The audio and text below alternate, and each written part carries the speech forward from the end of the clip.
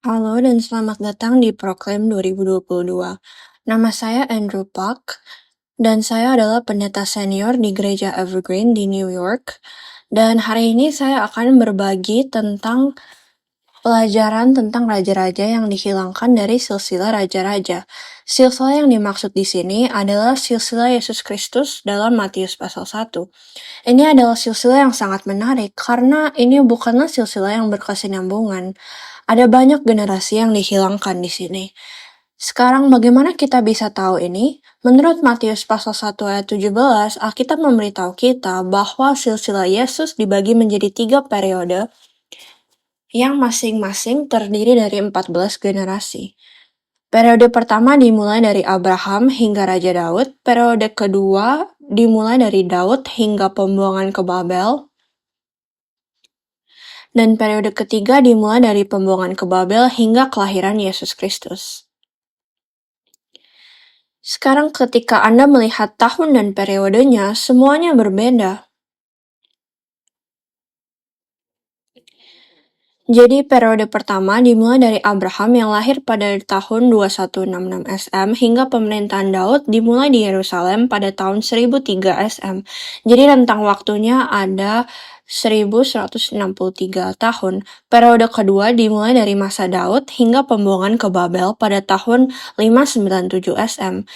Jadi rentang waktunya adalah 406 tahun. Lalu periode ketiga dimulai dari pembuangan ke Babel pada tahun 597 hingga kelahiran Kristus pada tahun 4 SM yang merupakan rentang waktu 593 tahun. Bagaimana mungkin ketiga periode ini yang masing-masing memiliki 14 generasi memiliki panjang tahun yang berbeda? Tidak masuk akal kan? Dan bukan hanya itu, di dalam Alkitab rata-rata satu generasi adalah sekitar 25 hingga 30 tahun. Namun jika Anda menghitung tahun-tahun di sini, periode pertama memiliki rata-rata 83 tahun per generasi, yang terlalu lama kan? Jadi ini menunjukkan kepada kita bahwa pasti ada generasi yang dilewatkan di sini.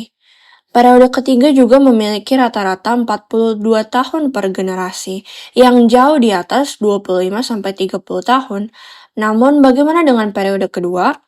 Inilah fokus dari pelajaran kita pada hari ini. Periode kedua memiliki rata-rata sekitar 29 tahun per generasi. Ini tampaknya jatuh dalam rata-rata 25-30 tahun. Namun, ketika kita membandingkan periode kedua dengan silsilah di dalam satu tawarik, kita dapat melihat dalam periode kedua ada beberapa generasi yang dihilangkan. Ketika kita membandingkan Matius pasal 1 ayat 8 dengan satu tawarik pasal 3 ayat 11-12, kita dapat melihat bahwa dalam Matius dikatakan Yoram adalah ayah Uzia. Nama lain Uzia adalah Azaria. Dan satu tawarik pasal 3 ayat 11-12 dikatakan bahwa Yoram adalah ayah Ahazia, Ahazia adalah ayah Yoas, Yoas adalah ayah Amazia, dan Amazia adalah ayah Azaria, yang nama lainnya adalah Uzia. Jadi di sini kita memiliki 3 keturunan yang telah dihilangkan dari generasi tersebut. Dan ketika kita memperhitungkan fakta bahwa ada seorang bernama Atalia yang memerintah sebagai raja dalam periode waktu ini, ada total 4 raja yang telah dihilangkan dari silsilah ini. Jadi mengapa raja-raja ini dihilangkan dari silsilah? Kita dapat melihat bahwa keempat raja ini memiliki 3 kesamaan. Pertama-tama, mereka semua berhubungan dengan Atalia, yang merupakan seorang wanita yang jahat. Kedua, keempat raja ini melakukan penyembahan berhala. Dan ketiga, keempat raja ini tidak mati secara wajar. Mereka semua meninggal secara tragis. Namun dari ketiga poin ini yang paling penting di sini adalah fakta bahwa mereka semua berhubungan dengan Atalia. Karena mereka berhubungan dengan Atalia, mereka melakukan penyembahan berhala dan karena dosa-dosa mereka meninggal secara tragis dan kejam. Jadi hubungan dengan Atalia lah yang membuat mereka menyimpang dari Allah dan menyebabkan mereka dihilangkan dari silsilah. Jadi siapakah Atalia ini? Mari kita cari tahu. Nama Atalia dalam bahasa Ibrani berarti yang telah ditimpakan Allah. Mengapa ada orang yang menamai anak perempuannya dengan nama ini? Saya tidak tahu. Nama yang sangat aneh. Tetapi inilah arti dari namanya. Dan dia menjadi istri Yoram yang merupakan anak laki-laki Yosafat. Menurut 2 Raja-Raja pasal 8 ayat 18, karena Yoram menikahi Atalia, dia berjalan sesuai dengan jalan keluarga Ahab, dan dia melakukan apa yang jahat di mata Allah. Yosafat adalah raja yang baik, bukan? Dia adalah raja yang sangat baik, tetapi dia membuat satu kesalahan yang penting, dan itu adalah bersekutu dengan Ahab melalui pernikahan. Dia menerima Atalia sebagai menantunya, dan itu membawa masalah di kerajaan Yehuda Selatan. Jadi, ketika kita menelusuri garis keturunan Atalia, kita dapat melihat mengapa ini terjadi. Atalia, menurut 2 Raja-Raja pasal 8 ayat 26-27 adalah anak perempuan Ahab dan Izabel. Ahab dan Izabel mungkin adalah raja dan ratu yang paling jahat di kerajaan Israel Utara. Dan siapakah Izabel, ibu Atalia ini? Dalam 1 Raja-Raja pasal 16 ayat 31, ini memberitahu kita bahwa Izabel adalah putri Etbaal, raja orang Sidon. Jadi Izabel bukanlah seorang Yahudi, tetapi dia adalah seorang non-Yahudi, seorang kafir. Dia adalah seorang Sidon. Nama ayahnya Etbaal berarti dengan Baal. Jadi dari namanya, Anda dapat melihat bahwa orang-orang ini menyembah Baal. Jadi Izabel membawa penyembahan Baal ke kerajaan Israel Utara dan membuat seluruh kerajaan menjauh dari Allah dan melayani Baal. Dan putrinya Atalia menikah dengan keluarga kerajaan dari Yehuda Selatan dan dia membawa penyembahan Baal bersamanya ke Yehuda dan membuat seluruh kerajaan berjalan sesuai dengan jalan Ahab dan menyebarkan penyembahan Baal ke seluruh Yehuda. Sekarang ketika kita melihat silsilah Atalia lebih ke atas lagi, kita melihat bahwa Etbaal adalah raja orang Sidon. Siapakah orang Sidon? Orang Sidon adalah keturunan dari Sidon. Dan menurut Kejadian pasal 10 ayat 15 dikatakan Kanaan memperanakan Sidon anak sulungnya. Sidon adalah anak sulung Kanaan dan Kanaan ini adalah Kanaan yang dikutuk Nuh. Dan keturunan Kanaan adalah orang Kanaan yang telah Allah perintahkan kepada orang Israel untuk diusir dari tanah itu ketika mereka menguasai tanah Kanaan. Selanjutnya, dalam Ulangan pasal 7 ayat 3-4, Allah dengan jelas memerintahkan mereka tidak kawin campur dengan orang Kanaan. Dikatakan, janganlah juga engkau kawin mengawin dengan mereka. Anakmu perempuan janganlah kau berikan kepada anak laki-laki mereka, ataupun anak perempuan mereka jangan kau ambil bagi anak-anak laki-laki. Sebab mereka akan membuat anakmu laki-laki menyimpang daripadaku, sehingga mereka beribadah kepada Allah lain. Maka murka Tuhan akan bangkit terhadap kamu dan ia akan memunahkan engkau secara segera. Anda lihat, kejadiannya persis seperti yang diceritakan di sini. Kedua, Atalia menghancurkan semua keturunan raja dari keluarga Yehuda. Dalam 2 Raja-Raja pasal 11 ayat 1 dikatakan, ketika Atalia, ibu Ahazia, melihat bahwa anaknya sudah mati, maka bangkitlah ia membinasakan semua keturunan raja. Dikatakan ia membunuh semua keturunan raja. Jadi siapakah keturunan raja ini? Pertama-tama, mereka semua adalah cucu dari Atalia. Jadi wanita jahat ini membunuh semua cucunya. Tapi bukan hanya itu, keturunan raja di sini berbicara tentang keturunan Daud. Dan siapakah keturunan Daud? Mereka adalah keturunan yang telah dijanjikan Allah kepada Daud, bahwa ia akan selalu memiliki terang di hadapannya di Yerusalem melalui keturunannya. Ini ada di 2 Raja-Raja pasal 8 ayat 19. Namun demikian, Tuhan tidak mau memusnahkan Yehuda oleh karena Daud hambanya, sesuai dengan yang dijanjikannya kepada Daud bahwa ia hendak memberikan keturunan kepadanya dan kepada anak-anaknya untuk selama-lamanya. Selama-lamanya. Bahkan Allah tidak mau menghancurkan keturunan Daud karena janjinya kepada Daud. Namun sekarang, setan menggunakan wanita ini bernama Atalia untuk membunuh semua keturunan Daud, untuk mematikan terang dari Yerusalem. Namun Allah tidak akan membiarkan itu terjadi, karena firman Allah dan janji Allah tidak akan pernah gagal. Jadi apa yang terjadi di sini? Pada saat itu, imam besar bernama Yoyada dan istrinya Yosheba berdiri bagi Allah.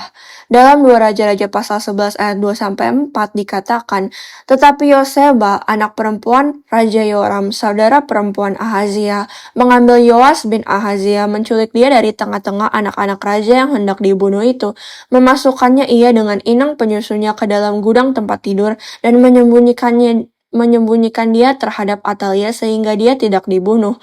Maka tinggallah dia 6 tahun lamanya bersama-sama perempuan itu dengan bersembunyi di rumah Tuhan. Sementara Atalia memerintah negeri. Dalam tahun yang ke-7, Yoyada mengundang kepala pasukan 100 dari orang Kari dan dari pasukan bentara penunggu. Disuruhnyalah mereka datang kepadanya di rumah Tuhan, lalu diikatnya perjanjian dengan mereka agar menyuruh mereka bersumpah di rumah Tuhan. Kemudian diperlihatkannya lah anak raja itu kepada mereka. Wah, sungguh adegan yang menakjubkan kan? Atalia sedang membunuh semua keturunan raja, dan saat itulah Yosheba memberanikan diri dan mencuri bayi Yoas, yang adalah anak Raja Ahazia dan keturunan Daud, dan menyembunyikannya di bait suci selama 6 tahun. Dapatkah Anda bayangkan ini? Selama 6 tahun. Sementara itu, bayi akan tumbuh dan menangis dan membuat suara-suara. Mereka harus menyembunyikannya dari Atalia. Dan akhirnya pada tahun ke-7, Alkitab memberitahu kita bahwa Yoyada, sang imam besar ini, membawa semua penjaga dan kereta perang ke bait suci pada hari Sabat. Dan dia menunjukkan kepada mereka anak raja. Bayi Yoas, pewaris takhta yang sah, seorang keturunan Daud. Dapatkah Anda membayangkan adegan di mana imam besar mengangkat bayi seperti itu? Betapa menakjubkannya adegan ini, kan? Jadi apa yang diajarkan kejadian ini kepada kita? Ini menyingkapkan kepada kita bahwa Atalia menggambarkan antikristus, seorang bawahan naga yang ingin membunuh keturunan Daud, anak-anak laki-laki Daud. Namun perjanjian Allah dan janji Allah tidak akan gagal. Jadi Allah menggunakan Yoyada dan istrinya Yosheba. Kebetulan nama Yosheba berarti sumpah Allah atau perjanjian Allah. Nama yang luar biasa, bukan? Namanya adalah perjanjian Allah, dan perjanjian Allah inilah yang memungkinkan firman Allah untuk digenapi. Jadi mereka memperjuangkan kehendak Allah menyembunyikan bayi Yoas selama 6 tahun. Pemerintahan Atalia adalah 6 tahun, tetapi pada tahun ke-7 Allah mendatangkan pemberontakan melalui kerajaan iblis dan membangun kembali kerajaan Allah. Dan Yoyada memulai pemberontakan ini pada hari ke-7, hari Sabat. Jadi bagi kita orang Kristen, hari Sabat kita adalah hari Tuhan. Dan saya percaya setiap kali kita pergi ke gereja pada hari Tuhan, itu adalah pemberontakan rohani kita terhadap iblis yang sedang memerintah dunia ini saat ini. Dan ketika Kristus kembali, dia akan menyelesaikan pekerjaan itu. Dia akan menggulingkan kerajaan setan dan mendirikan kerajaan Allah di bumi ini. Dan peristiwa bayi Yoas ini menunjuk kepada hari itu. Ini memberikan kita harapan bahwa perjanjian Allah tidak dapat dihentikan. Firman-Nya akan selalu digenapi.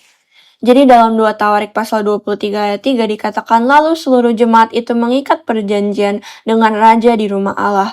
Kata Yoyada kepada mereka, lihatlah anak raja, biarlah dia memerintah seperti yang telah difirmankan Tuhan tentang anak-anak Daud. Amin. Lihatlah anak Daud, Yesus Kristus memerintah sebagai raja. Jadi begitu pemerintahan Atalia ini berakhir, jadi begitulah pemerintahan Atalia berakhir. Namun keturunannya, 3 raja seperti Ahazia, Yoas, dan Amazia, semuanya melakukan penyembahan berhala dan mereka hidup secara jahat, karena itu mereka juga dihapuskan dari silsilah. Jadi mari kita lihat sekilas beberapa kehidupan mereka. Yang pertama adalah Ahazia. Ahazia adalah anak dari Yoram dan Atalia. Jadi dalam 2 Tawarik pasal 22 ayat 3 dikatakan, ia pun hidup menurut kelakuan keluarga Ahab, karena ibunya menasihatinya untuk melakukan yang jahat. Ya, bagaimana lagi? Ibunya adalah Atalia. Dia yang menasehatinya, jadi dia pasti jahat. Raja kedua adalah Yoas. Ini adalah bayi Yoas itu sendiri, yang dicuri oleh Yoyada dan Yosheba dan diangkat ke atas takhta pada tahun ke-7. Dia adalah keturunan Daud yang sah. Dan Alkitab memberitahu kita bahwa ketika Yoyada masih hidup, Yoas berbuat baik bagi Allah. Dalam 2 Tawarik pasal 24 ayat 2, Alkitab mengatakan Yoas melakukan apa yang benar di mata Tuhan selama hidup Imam Yoyada. Namun setelah Yoyada meninggal, keadaan berubah menjadi lebih buruk.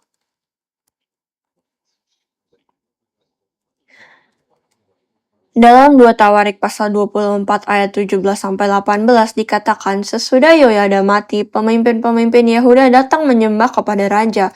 Sejak itu raja mendengarkan mereka. Mereka meninggalkan rumah Tuhan, Allah nenek moyang mereka, lalu beribadah kepada tiang-tiang berhala dan patung-patung berhala. Oleh karena kesalahan itu, Yehuda dan Yerusalem tertimpa murka.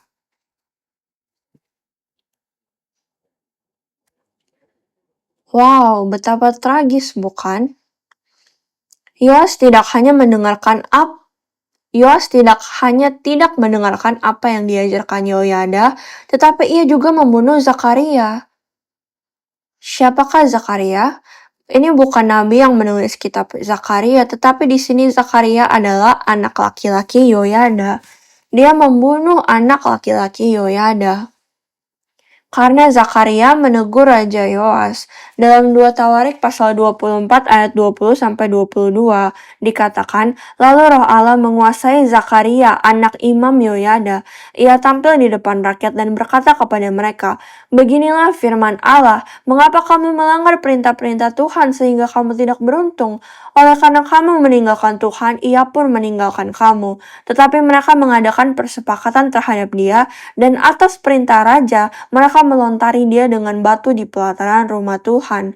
Raja Yoas tidak mengingat kesetiaan yang ditunjukkan Yoyada ayah Zakaria itu terhadap dirinya.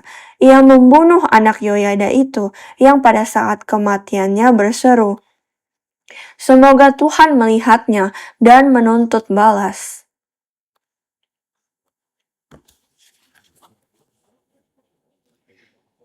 Ini adalah tragedi. Ketika Anda membaca ayat ini, apa yang terlintas di pikiran Anda?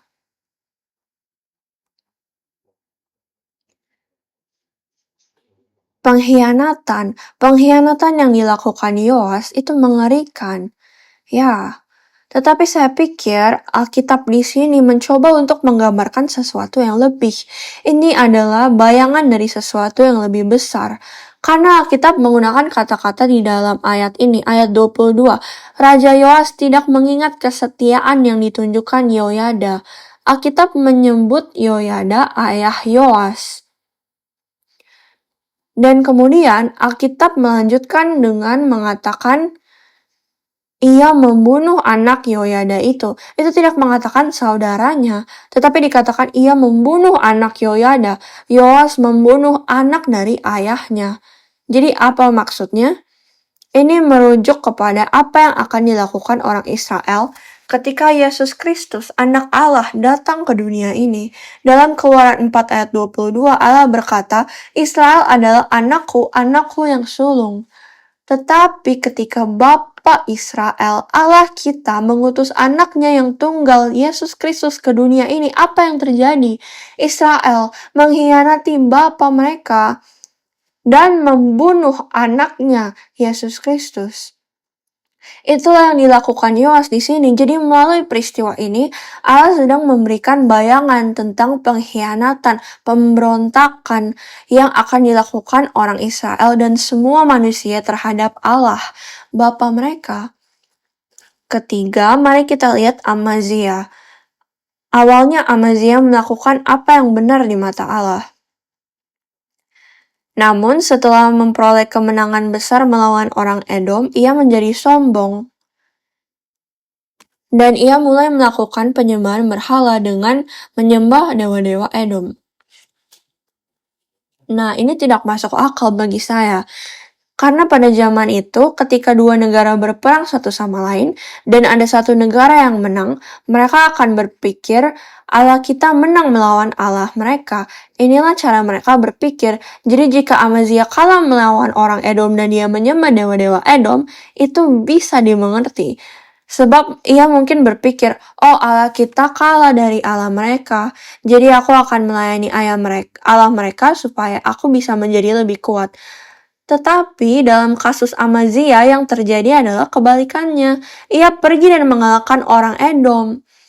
Jadi itu berarti Allahnya, Yahweh, telah menang melawan dewa-dewa mereka. Tetapi Amazia malah berbalik dan menyembah dewa-dewa Edom yang telah dikalahkannya. Itu tidak masuk akal.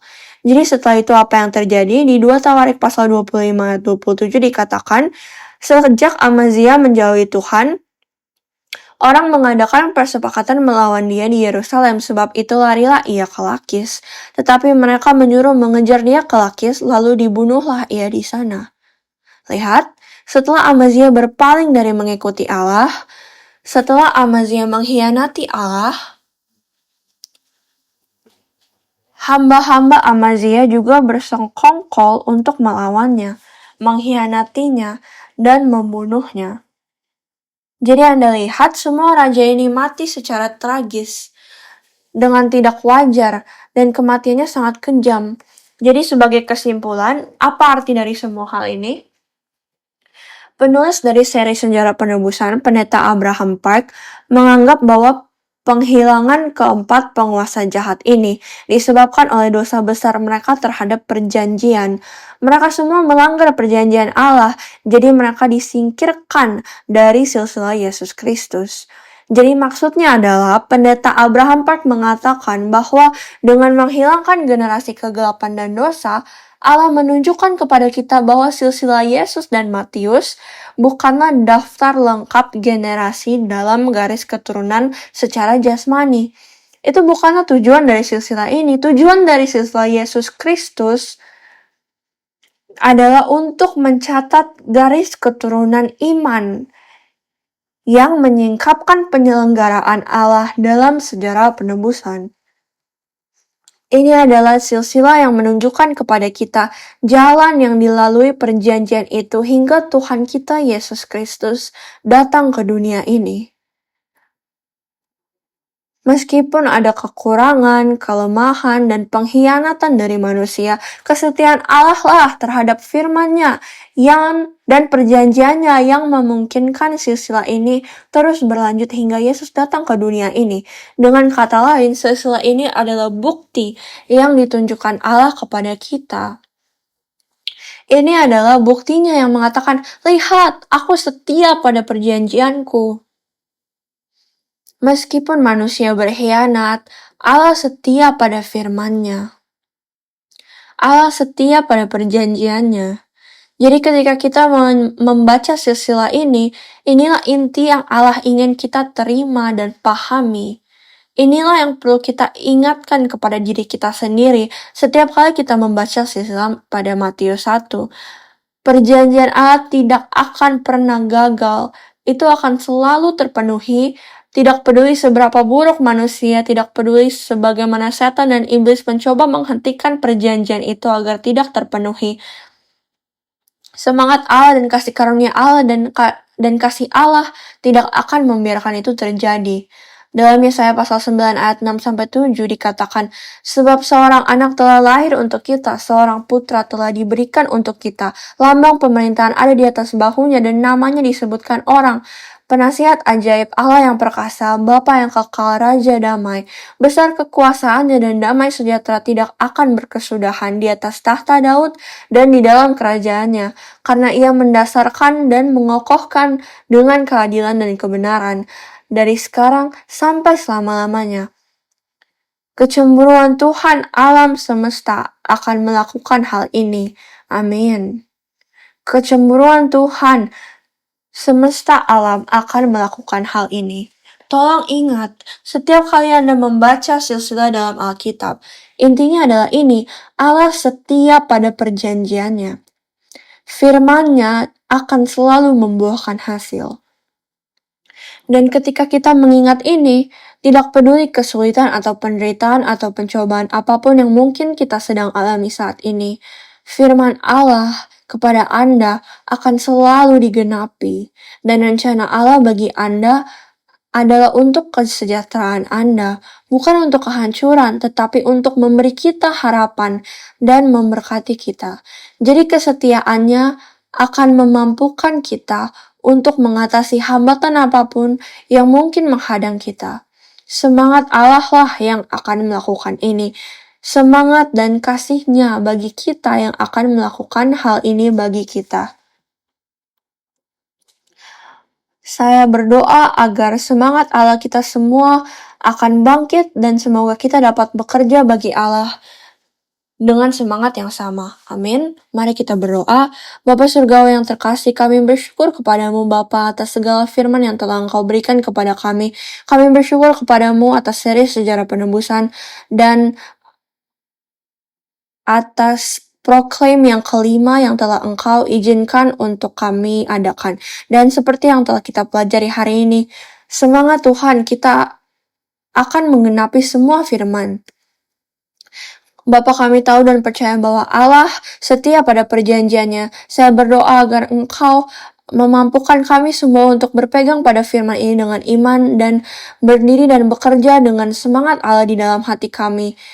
Semoga kami dapat pergi ke dunia dan membawa firman ini serta menyebarkannya dan memberitakannya sampai ke ujung bumi sehingga kerajaan-Mu dapat didirikan di bumi ini. Kami bersyukur kepadamu Bapa atas kasih dan kasih karunia-Mu dan rencana-Mu untuk mendatangkan berkat-Mu dalam hidup kami.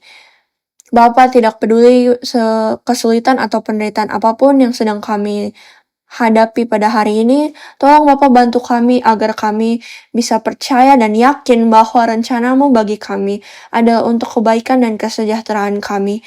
Bapa, tolong bantu agar iman kami tidak pernah goyah, tetapi bantu kami untuk selalu percaya bahwa Engkau setia dan firman-Mu pasti akan terpenuhi. Dan dengan harapan ini, semoga kami mampu mengatasi semua rintangan dan masalah yang kami hadapi di dalam hidup kami.